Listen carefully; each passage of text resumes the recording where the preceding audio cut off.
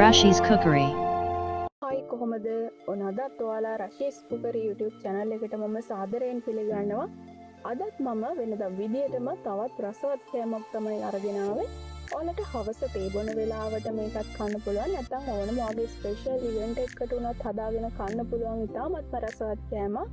ඔයාලට බොරුවට වියදම් කරලා කඩෙන් මිලදී ගන්න අවශ්‍ය නැහැ. ගෙදරදීම ලේසියෙන්ම හදාගෙන කන්න පුළුවන් ඉතාමත්ම රසවත් මාළු පැටිස් එකක් තමයි අද මම අරගෙන ආවේ.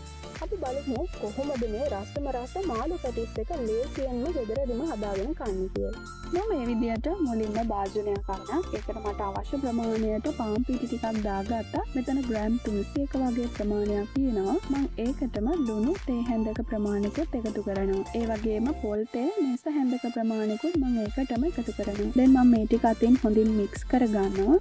ඒක මික්ස් කරගෙන මම මේ විදියට වතුර ස්වල්පය බැගින් එකතු කරමින් මට අවශ්‍ය ඩෝ එක හදාගන්න. ඔය එක සැරේ වතුර මේකට ගොඩාක් එකතු කරන්න එපා. වතුර ටික ටික දාලා තමයි අපි මේ ඩෝ එක හදාගන්නේ. මම ඩෝ එක හදාගෙන ඉවරයි. මෙන්න මේ වගේ අතේ නොඇලෙන පදමට ඔයා මේ ඩෝ එක හදාගන්න. ඔයා මේක විනාඩි 3-4ක් හොඳින් නීට් කරගන්න.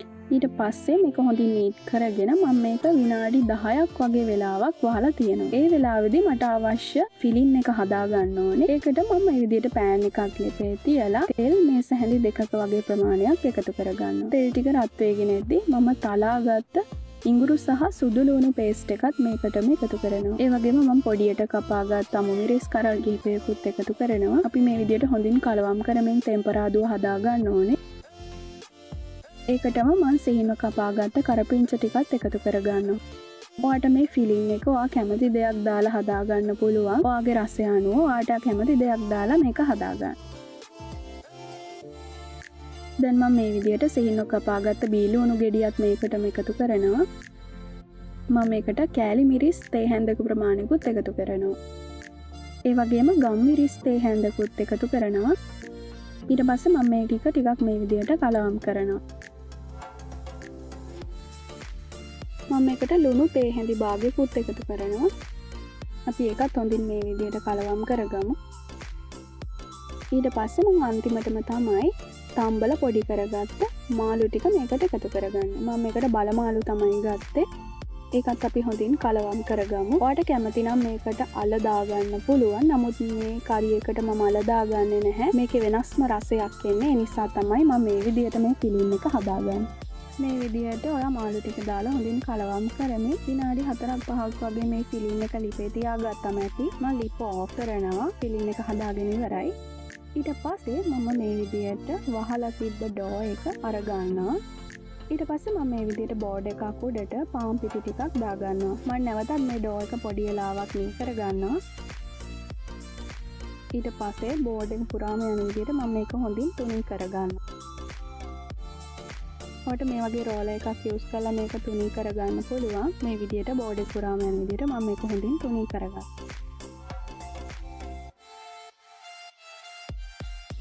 මම ඔයාලට පෙන්නන්නම්. මෙන්න මේ වගේ ඝනකමක් තිබුණම ඇති. ඊට පස්සේ මම මේ විදියට මූඩියක් අරගෙන මට අවශ්‍ය ප්‍රමාණයට රවුන්ඩ් ටික කපා ගන්නවා. ඇත්තටම මේ විදියට හදනවා නම් ගොඩාක් ලේසි. ඔයාට මේකට පැටිස් අචු අවශ්‍ය වෙන්නේ නැහැ. ලේසියෙන්ම හදා ගන්න පුළුවන්. ඒ විදියට මට අවශ්‍ය රවුන්ඩ් සියල්ලම මම කපාගෙන ඉවරයි.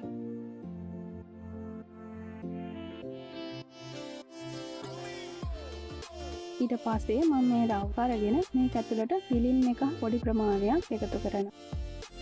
මම මේ විදියට පැටිස් එකේ හැඩය ගෑරිපුවක් භාවිතා කරලා හදා ගන්නවා.